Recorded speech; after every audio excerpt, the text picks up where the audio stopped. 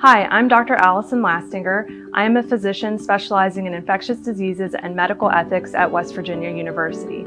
I've taken care of many patients with COVID-19 infection. Sometimes people ask me if the benefits of COVID-19 vaccination outweigh any risks of the vaccine. This is the primary question that leading public health and medical experts thoroughly examine as they consider authorizing and using new vaccines. In fact, the FDA only authorizes or approves vaccines that have undergone intensive clinical trials and were found to be safe and effective. This is certainly true for the COVID-19 vaccines, where the benefits such as significant protection against severe disease and death far outweigh the risks of vaccination, which can include minimal short-term side effects.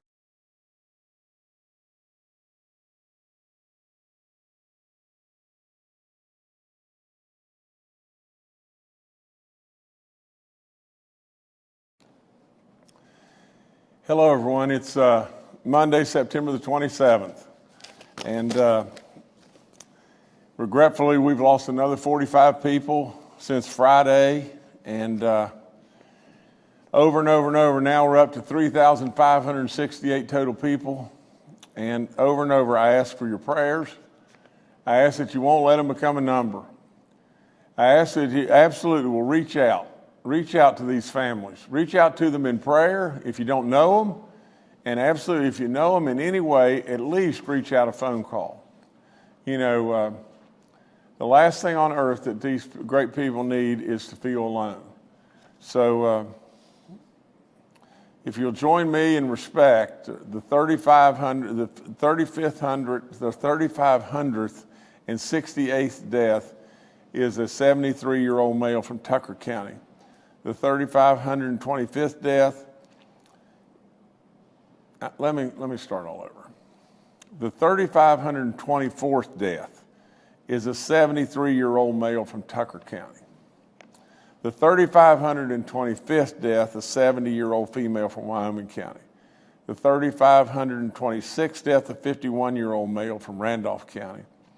The 3,527th death, a 70-year-old female from Jackson County. The 3,528th death, a 78-year-old male from Monroe County. The 3,529th death, a 56-year-old female from Monongahela County. The 3,530th death, a 77-year-old male from McDowell County. The 3,531st death, an 83-year-old female from Mingo County. The 3,532nd death, a 95-year-old female from Cabell County. The 3,533rd death is a 75-year-old male from Harrison County. The 3,534th death is a 60-year-old male from Jefferson County. The 3,535th death is a 56-year-old female from Mercer County. The 3,536th death is a 76-year-old male from McDowell County. The 3,537th death is a 71-year-old female from Ohio County. The 3,538th death is a 52-year-old female from Webster County. The 3,539th death is an 87-year-old male from Wyoming County. The 3,540th death is a 61-year-old female from Kanawha County. The 3,541st death is a 68-year-old female from Fayette County. The 3,542nd death is a 30-year-old male from Wood County. The 3,543rd death is a 71-year-old male from Brooke County. The 3,544th death is a 73-year-old male from Pleasants County. The 3,545th death is a 77-year-old male from Kanawha County. The 3,546th death is a 49-year-old male from Mercer County. The 3,547th death, a 54-year-old male from Boone County. The 3,548th death, an 84-year-old female from Kanawha County. The 3,549th death, a 39-year-old male from Monroe County. The 3,550th death, a 56-year-old female from Kanawha County. The 3,551st death is an 86-year-old male from Raleigh County. The 3,552nd death, a 75-year-old female from Mingo County. The 3,553rd death, a 63-year-old female from Mingo County. The 3,554th death, a 54-year-old male from Raleigh County. The 3,555th death of 50-year-old male from Mineral County. The 3,556th death of 74-year-old female from Cabell County. The 3,557th death of 40-year-old female from Mingo County. The 3,558th death of 68-year-old female from Wayne County. The 3,559th death of 78-year-old male from Cabell County. The 3,560th death of 67-year-old male from Kanawha County.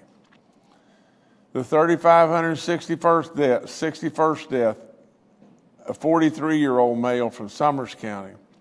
The 3,562nd death, an 83-year-old female from Mercer County. The 3,563rd death, a 66-year-old male from Cabell County. The 3,564th death, a 58-year-old female from Mineral County. The 3,565th death, a 69-year-old male from Ohio County. The 3,566th death, a 74-year-old female from Kanawha County. The 3,567th death, a 96-year-old female from Monongahela County. And the 3,568th death in West Virginia is a 73-year-old female from Brooke County. Let me tell you just this. When I started reading these, the 3,524th death, you know, I misspoke and said and called it the 3,568th death because that's the total. And then I stopped and went back. And if along the way I mess up and say something, misspeak a number and everything, please forgive me because I'm anything but perfect. But I stopped because I want to be so respectful to these people. I don't want to botch up the numbers. You know, I want it to be absolutely a time of respect because they deserve that. Now, the other thing that is surely noticeable is just this. You know, we got a lot of 70-year-olds and 60-year-olds and sprinkle of 50-year-olds all through it. A lot of 61, 68, 52s, and all through the whole thing. And then we've got some that are 40 and 43, and the other day a kid was 23 years old, I think. But in all of this, what you really should pick up on is just this.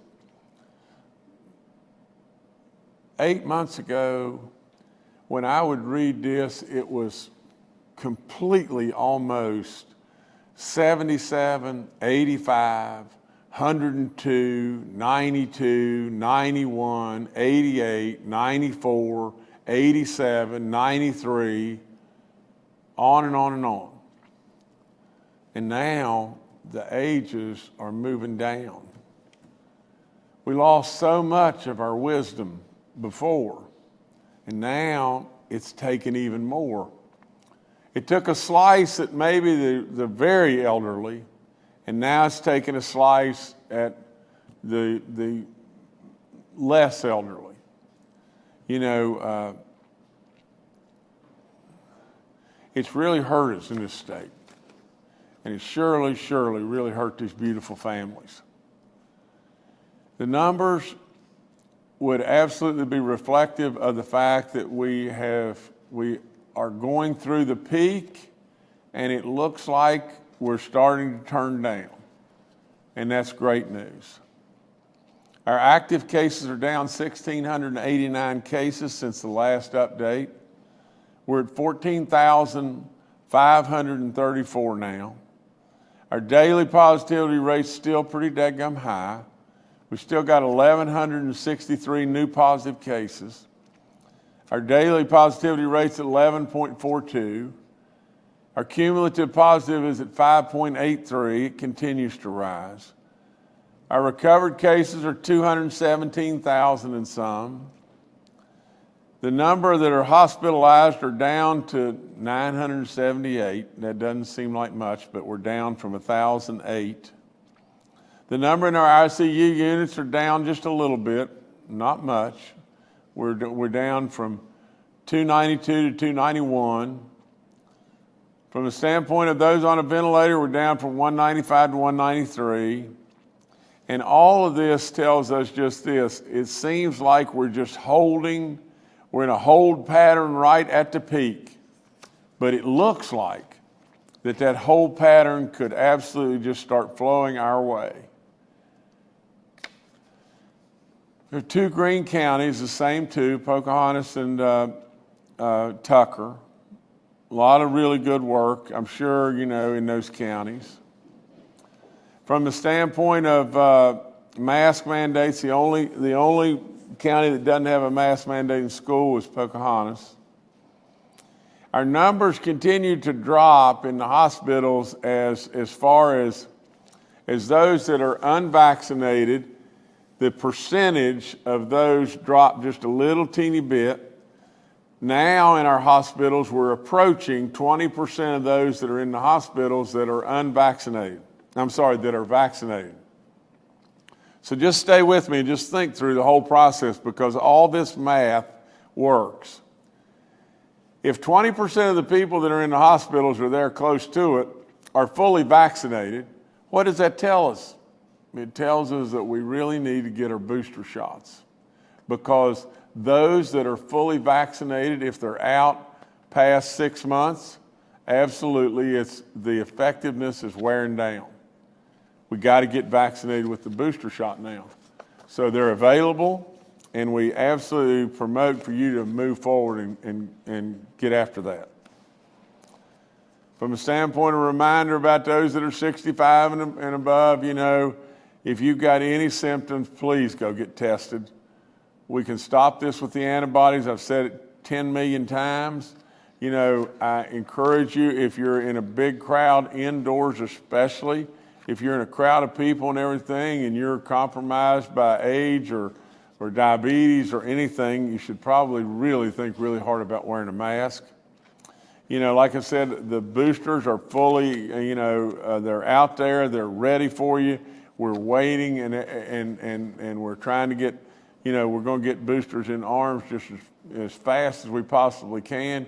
We're ready to go. Great work by all those from our National Guard to our local health departments, local pharmacies, healthcare facilities, all the people, that are out there and everything. And I've told you over and over that if you're 18 and above, absolutely you will qualify in some way, and you will drop into some category that will enable you to get that booster shot. So I would really highly encourage you to run to the fire again and get that booster shot.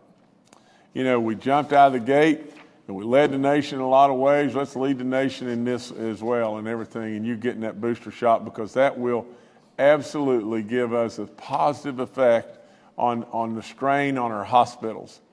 Because if you don't get that booster shot, the vaccinated are getting this now and having a recurrence of this. And so from the standpoint, if you don't get that booster shot and you end up in the hospital, you're putting more and more strain on the hospital. If you get the booster shot and it prevents you from getting this and everything, it will help our hospitals, and we really, really need to be trying to help our hospitals in every way we possibly can. I think for the first time, or for the second time now, this is like an instant replay. We have again crossed across 1 million people that are vaccinated in West Virginia, with the big adjustment that the CDC made when they had double counted numbers and everything, and then had to go back and make their numbers right. When they did that and everything, we dropped down below 1 million and everything, and we've crawled back. That's what we do in West Virginia. We crawl back. And we keep fighting, and we're going to keep doing just that. We're back now to 64.3% of the total people that have received, the 12 and above, that have received at least one shot. We were always concerned about the fact that the fully vaccinated, people that are getting a second shot, people are hesitant about getting that second shot, and that's not really the case. We're at 56.4% of the people that are getting their second shot. So people are following through with that, and I felt like they always were, they always would. And so we just need to get more and more and more of our people vaccinated. And the other thing that I'll tell you is just this, is since the last time we were here, we have gotten 9,400 more people vaccinated. And that's pretty good. You know, that's a whole heck of a lot better than looking at it and it being 3,400 or 4,200 or something like that. But 9,400 more people have stepped up to get vaccinated. So all we're doing, whether it be Baby Dog or me being here or all the work that's going on at WVU or wherever it may be, all the stuff that we're doing, the marketing that our broadcasters stepped up and did and everything, all the stuff we're doing is working. It's just not working good enough. You know, we can do better. Okay, we'll be back out this Thursday with Baby Dog giving away stuff. And if you'll please get vaccinated and please get registered, who knows, you may be the next big winner in lots of different ways. And so please get vaccinated and please get registered for this. You know, vaccine eligibility over and over is 12 and above. I need our parents, I need, grandparents and everything to help me get people across the finish line. Our kids really need vaccinated in a really big way. You'll see in just a second, and I think I'll read the number to you, but we've got somewhere plus or minus 1,000 kids that we've identified in the school systems that now have COVID. 1,000. We don't know what the side effects are, but there's a lot of people and a lot of arguments out there that says that the kids could carry, side effects for the rest of their lives. You don't want your kid, taking that risk. Absolutely, the risk of the vaccine is so minimal, it's unbelievable. Absolutely, get your kids vaccinated. And no telling how many kids are out there walking around right now that have COVID with very little, if no symptoms at all, but they have it. They've got it. And once you've got it, you run the risk of going throughout your life and everything and develop some form of side effect and whatever it may be. You don't need that. You don't need to take that chance. Just listen to me. I am telling you without any question whatsoever, get your kids vaccinated. It's really safe. It's really safe. Don't take the chance. I am not speaking about kids that are getting sick. I'm speaking about kids that are getting COVID that don't even know they've gotten it. They spread it. That's a real handicap and a real problem. But the worst problem, the way I see it is, or maybe an equal amount of problem, the way I see it is the fact that they can carry some level of side effect from this, and it can haunt them maybe the rest of their life. You don't need to do this. We need our kids vaccinated and need to be vaccinated right now. This is getting ready to get bad cold weather. And when we get colder weather, we're going to be inside more. And when we're inside more, it's going to spread even faster. And so absolutely, for all of us, get your kids vaccinated while we got a real chance to do it, and we'll shut this thing down. Grand families, take advantage of the school voucher that we've got out there, the $150. You got 19,000 kids with you right now. We need every one of those 19,000 vaccinated. It will only ensure you and them. Absolutely, come on, we need you really badly. From the standpoint of the COVID vaccine info line, it's all up. Get tested. We thank Brooks. We thank Walgreens over and over for all they've done. Long-term care facilities got 85 outbreaks, 3 churches. Our churches and the church community really has done a nice job. But Monroe, Raleigh, and Wayne counties have these, and we've got to do a little bit more work there, but really the church community should absolutely be commended. Corrections, we have 286 inmates at 18 facilities and 75 staff cases at 19 facilities. That's a lot, and we're watching and everything, but you remember just weeks ago we were down, I think, to 1. And so you see how fast this thing can spread. We've told you that. It's very, very infectious, and it can spread very quickly. I remind you about giving blood. It is really important, especially in these times and everything. And our hospitals don't need to have more and more and more wear and tear on them and everything. If you can help giving blood, that really helps in lots and lots of ways. We're going to continue to help our hospitals. We're determined to help them with all their needs and everything in any way we possibly can. They got to go through, different little hoops to qualify and everything, but we're working with them like crazy and everything. And when we initiated saving our care, we first went with saving our wisdom, and that is, all the elderly folks that we were losing and everything. But now we're working, double time on saving our care and working with our hospitals to make sure that our community hospitals and everyone stays up online and everything to be able to protect all of us. From the standpoint of the flu vaccine, you can take the flu vaccine and the COVID vaccine at the same time. Absolutely, whatever you do, you should absolutely be looking at taking that flu vaccine. I think that all folks that are 6 months and older are eligible. It's something you ought to do. But nevertheless, that's all I've got right now. All right, thank you, Governor. Let's now go to Dr. Clay Marsh, our coronavirus czar.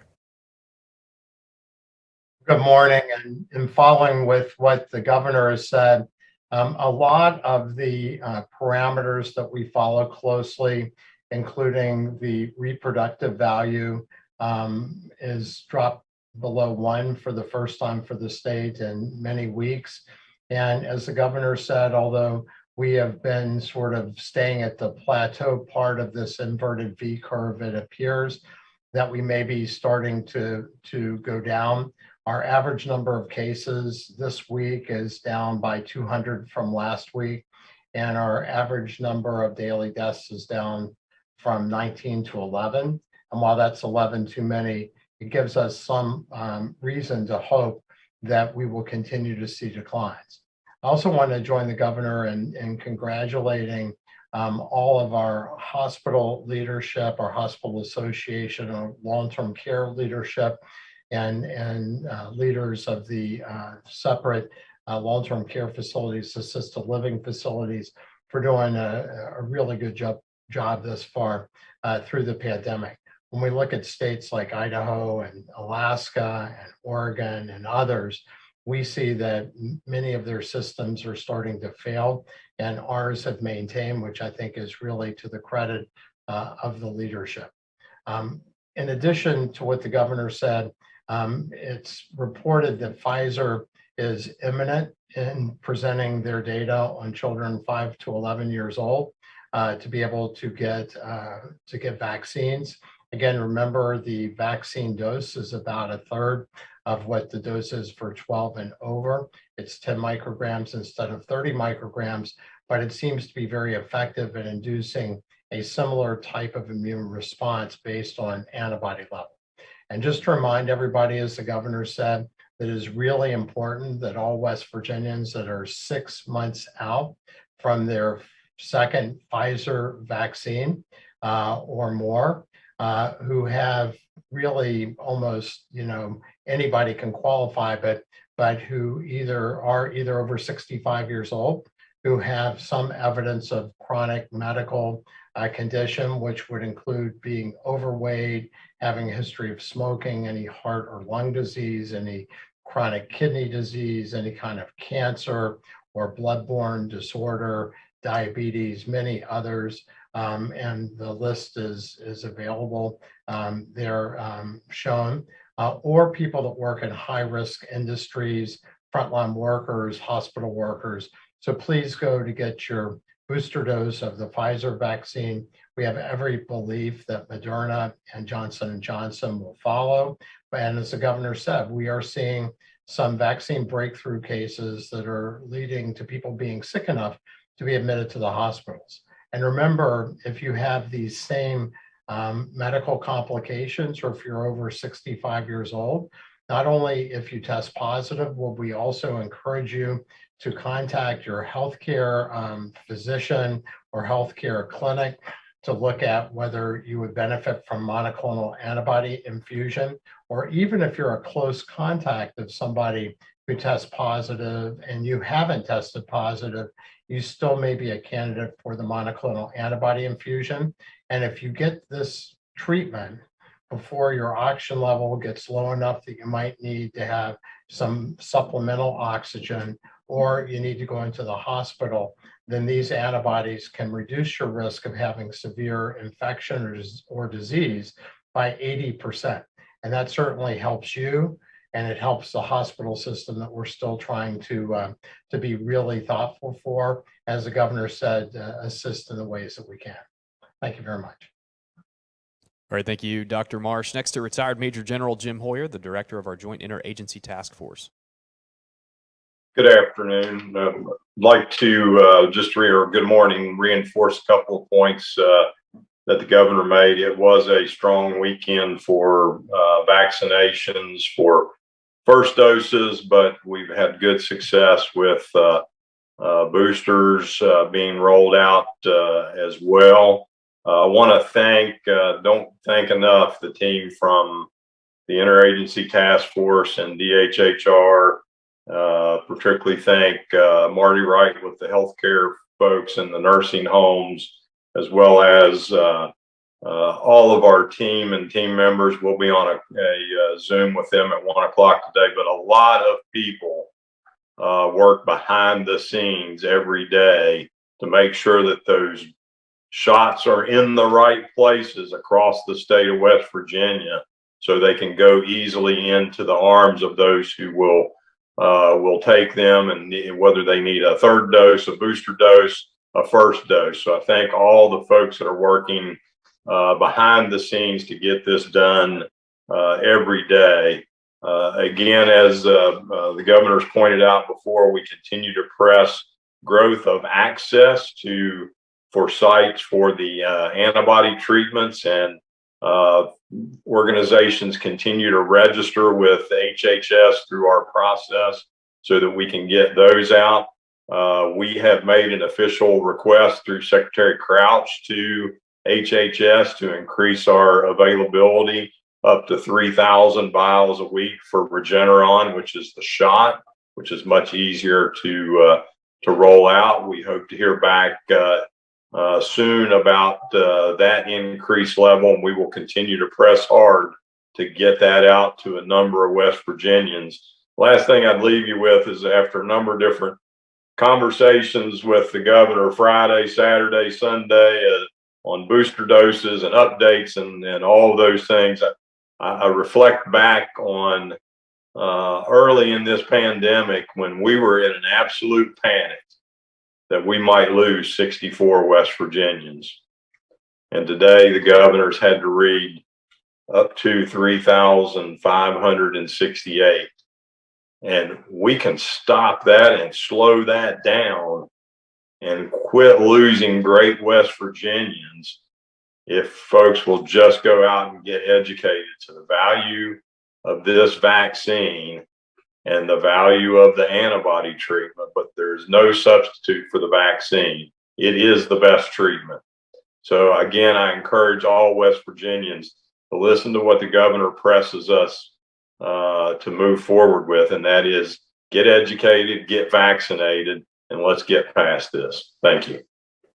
All right, thank you, sir. Secretary Bill Crouch with the DHHR is also joining us today and is available for questions. Dr. Ainam Jad, our state health officer, had a prior engagement. She will rejoin us later this week. We'll now go to questions from members of the media. The first today from Steve Adams with Ogden Newspapers. Yeah, Steve Adams of Ogden Newspapers.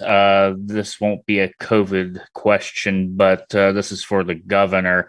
The Wall Street Journal reported this morning that your company's offered Credit Suisse $300 million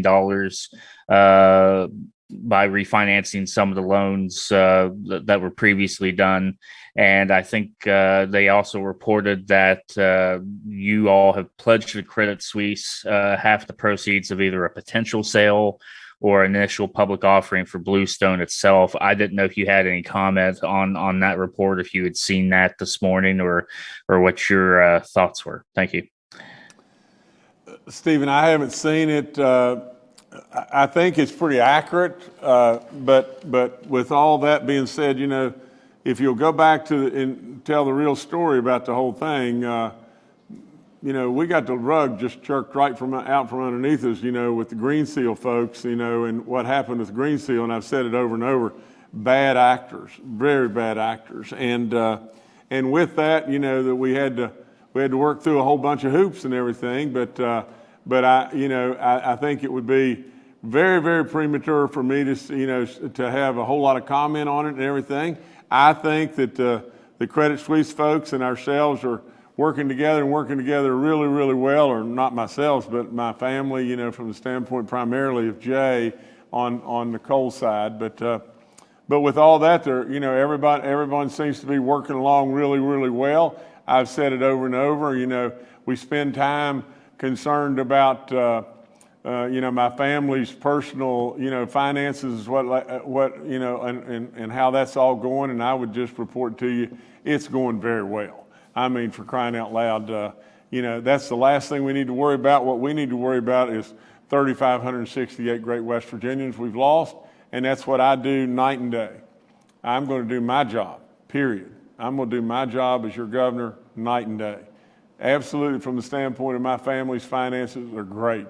They're absolutely great. The coal business is doing fantastic. The Greenbrier's doing great. Absolutely, let's just continue to move forward and everything. And we don't really need to be. I surely don't think that I ought to be discussing, what's going on in negotiations with them. I'm aware of it, but I'm at a distance. All right, thank you, Steve. Next to Charles Young with WV News. Hi, this is Charles Young with WV News. I was wondering if somebody could tell us about how many booster shots have we given out since Friday? Do we know about a breakdown of where they're going? And do we have plans to add that info to the DHHR dashboard going forward? Thank you. General Hoyer, this is you, sir. Yes, sir, Governor. So as of 10 o'clock, it looked like, Charles, we had about 13,000 boosters. I think some of that may include some level of third dose as well. We are working to see how we can better make those available, and we'll be working with Secretary Crouch and the team on additional things going forward. Part of it too, remember too, is there's a little bit of lag between when those booster doses get put in an arm and when they get reported, because our health command, our health department folks are really strapped with manpower. So it takes us a little bit of time, but that tracking number, 13,000, should be on the dashboard now and available. Thank you. All right, thank you, Charles. Next to Paul Mullen with WCBC. Good morning, Governor. Good morning, panel. My question today will focus on families. Number one would be a medical question. Are we seeing more families affected with more than one person getting the disease in the same household? And the second part of the question would go to the Department of Health and Human Resources. And it is when you have somebody with COVID and they have been hospitalized, the family's spending a lot of time at the hospital, of course, giving their attention to their sick loved one.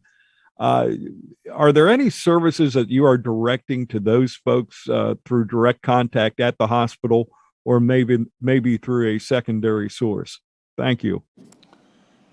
General, I'm sorry, Dr. Marsh, you're going to have to answer this. This one's beyond me. Thank you, Governor, and thank you, Paul. Yes, Paul, the Delta variant is much more highly contagious and much more easily transmissible than the previous variants or the initial COVID-19 virus that we saw before. Now, we know that people that are fully vaccinated are, in fact, less likely to spread COVID-19. Even though initially they may have high concentrations of virus in their nose, that dissipates quickly. So it really makes it important in a household. The delineators of spread tends to be who's fully vaccinated, and if people need boosters, who's been boosted.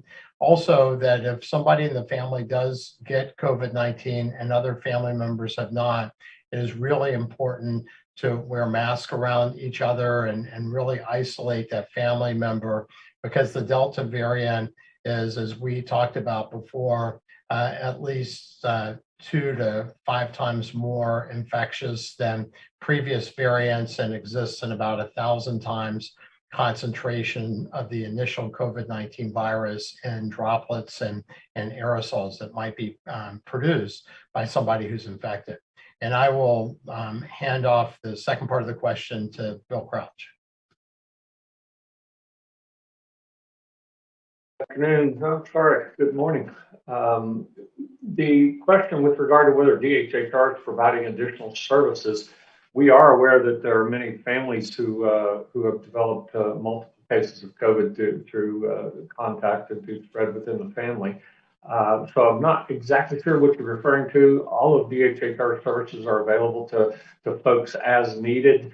I don't have any specific information with regard to individual families asking for information other than advice, and we do have epidemiologists on staff who do talk to families daily with regard to whether they should wear a mask, whether they should test, et cetera. So we do provide a lot of that information to families. So if that's what you're referring to, we're doing quite a bit of that. I hope that answers your question.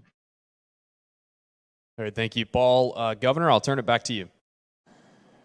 Okay, let me say this, and this is to the media. Even though this is a COVID briefing, and we always want it really to center around that in itself, but if you have a question, like Stephen, had in regard to something that doesn't have anything to do with COVID, I'm going to answer it as best I possibly can, and I welcome you to ask questions on anything, that you have. But primarily, this needs to dial in, to a COVID briefing. But we welcome those questions. And the only other thing I'd like to add to Stephen's question is just, Stephen, I don't know where.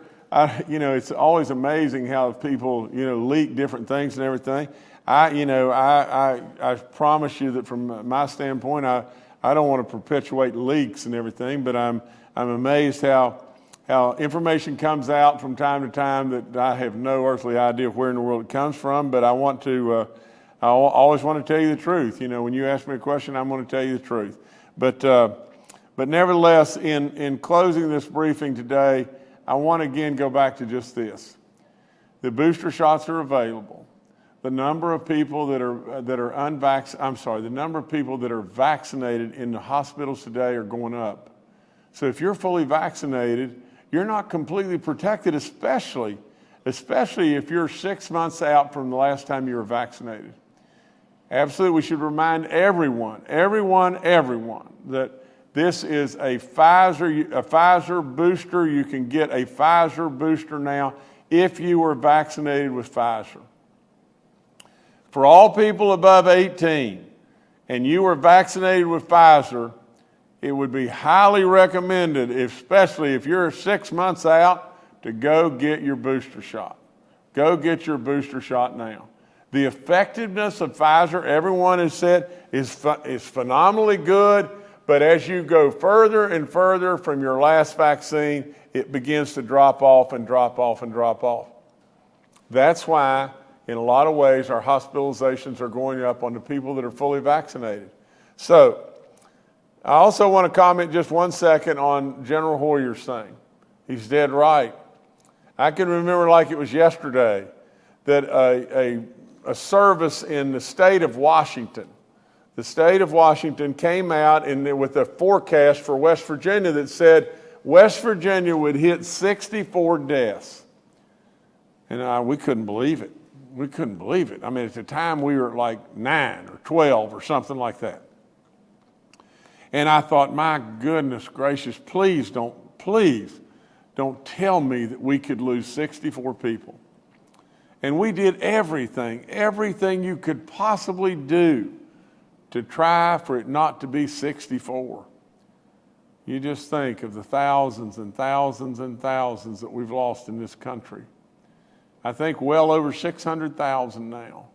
In addition to that, I can remember like it was yesterday, our president at the time, President Trump, saying the forecasts were for us in the United States of America to lose 65,000 people. There's no way. It can't be 65,000, and now it's 600 and some thousand. You know, with all that, I would just end by just saying just this. Our kids are the most valuable resource we have, period. They really, truly are. They are so wonderful, and they mean so much to our hope, to our future in every way. We've got to get our kids vaccinated. You've got to really listen to me on this. From the standpoint of all that we know, and this is all we can deal with is what we know. You know, but on everything we know, it says these vaccines are enormously safe. And we absolutely know that if you get COVID, there is some level of risk to getting side effects that linger on and on and on and can go all throughout your life. We absolutely know that our kids, many of them are probably walking around right now that are COVID positive and don't have a clue that that's the case. We know that there's 1,000 or they're at it that have COVID and are positive, and we have recorded that. We absolutely have got to get our kids vaccinated. So if your parents or grandparents out there and you're listening to me, please really consider right now getting your kids vaccinated.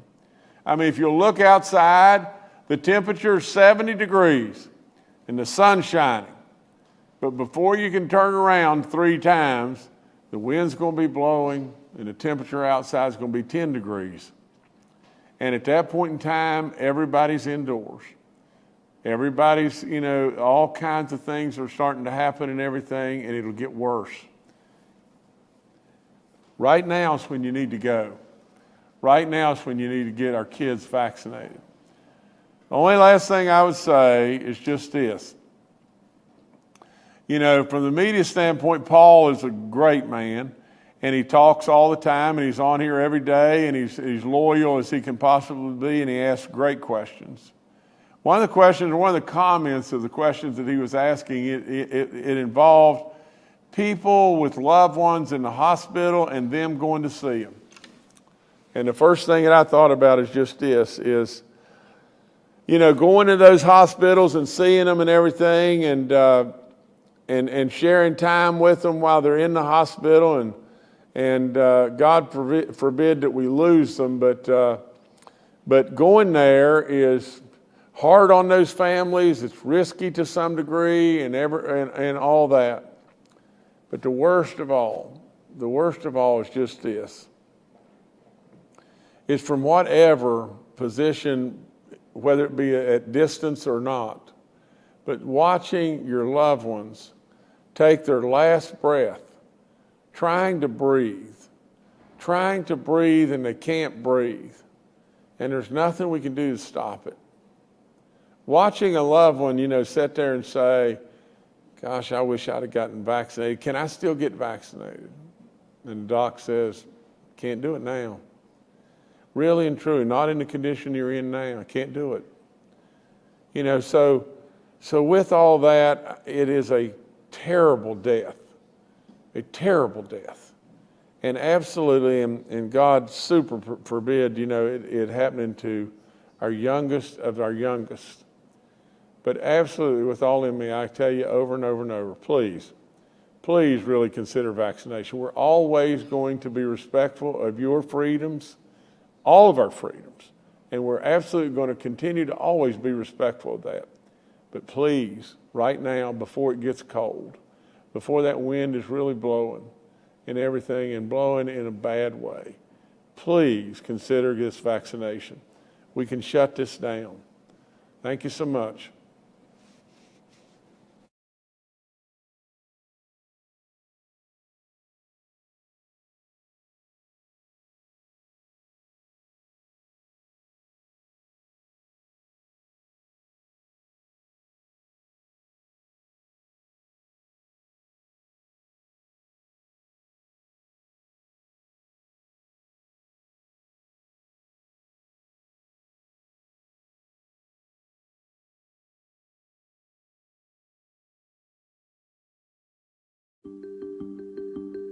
Hi, I'm Dr. Rebecca Reese. I'm a physician and infectious disease expert in West Virginia. Throughout the pandemic, I have cared for many patients with COVID-19, and I've led research on COVID-19. We are hearing a lot about COVID-19 variants, and naturally there are questions about what they are and if the vaccines are effective at protecting against them. Viruses constantly change through mutation, creating new variants or strains over time. Sometimes new variants emerge and disappear, other times new variants emerge and stay. Multiple variants of the virus that causes COVID-19 have been found in the United States and around the world during this pandemic. These variants are slightly different from the past strains, and they can even infect people who had COVID-19 before. Scientists continue to study these variants. For example, they are looking to see how easily they spread, the severity of the disease they cause, and how well the vaccines work against them. Ongoing studies have found that the COVID-19 vaccines can help prevent severe disease, hospitalization, and death from the variants. Areas with low vaccination rates are more vulnerable to the virus transforming, potentially becoming more contagious and severe. Large portions of our communities getting vaccinated helps create a firewall against the virus, preventing the virus from spreading and changing. The faster we get vaccinated, the faster we can build a community of immunity against the virus and its variants. Protecting our community from variants is one of the reasons that I chose to get the COVID-19 vaccine and why I recommend it to others. Thanks for tuning in. I'm Dr. Rebecca Reese. For more information about COVID-19 vaccines or to find a location near you, visit Vaccinate.wv.gov.